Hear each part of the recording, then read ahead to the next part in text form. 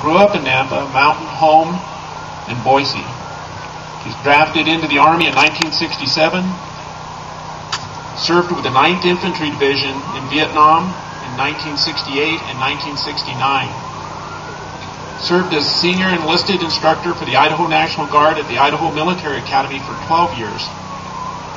Retired from the Boise Police Department as a lieutenant after 30 years of service.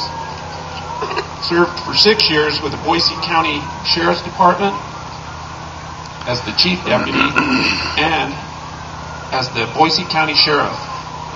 Awards include the Bronze Star with Valor, 2 Purple Hearts, the Vietnam Gallantry Cross, the Combat Infantry Badge, and the Police Star for Valorous Action. He currently serves as an adjunct professor of criminal justice at Brown Mackie College. Welcome, Bill Braddeck.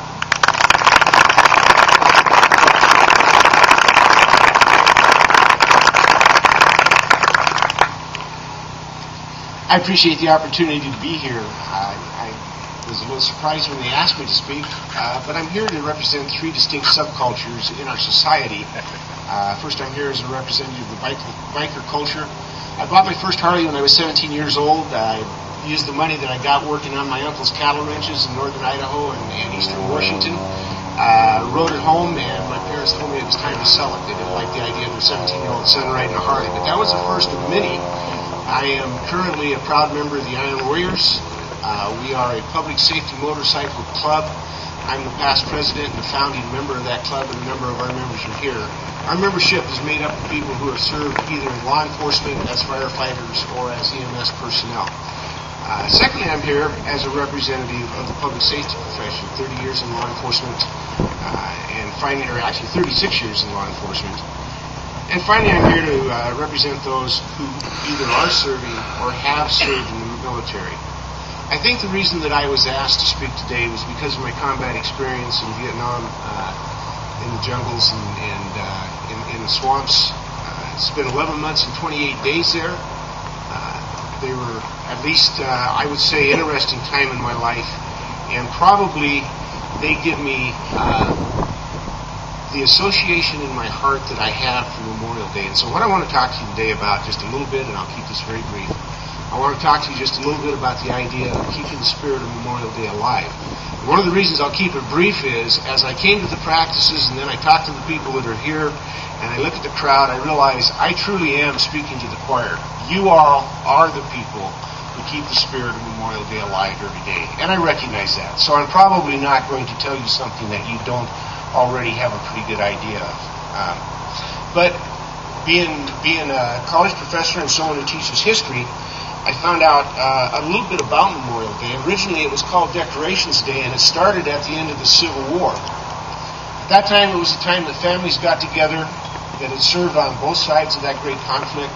They met with their family, they went out to honor those who had died in the service of their nation, and they honored one another. At that time it was really very common for people who had served in the military to wear their uniforms at special occasions outside of the military. Many of them wore them until, of course, they could no longer fit.